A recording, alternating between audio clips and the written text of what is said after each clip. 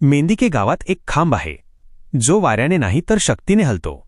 हा खांब लाकडाचा आहे, पण याला हात लावायची हिंमत आजही कोणी करत नाही, कारण हा खांब जिवंत आहे. लोक म्हणतात, कोणावर करणी असो, बाधा असो किंवा बाहेरची हवा, या खांबाच्या संपर्कात आलं की ते सावट किंचाळत बाहेर पडतं. पण प्रश्न हा आहे, एका वाळलेल्या लाकडात एवढी भयानक ताकद आली कुठून?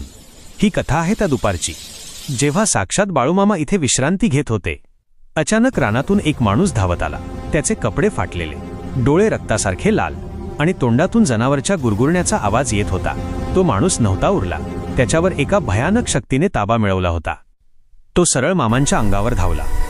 वातावरण थिजलं, श्वास रोखले गेले, पण मामा जागचे हल्ले नाहीत. त्यांनी फक्त बाजूला पडलेली आपली काठी उचलली आणि एका झटक्यात जमिनीवर रोवली.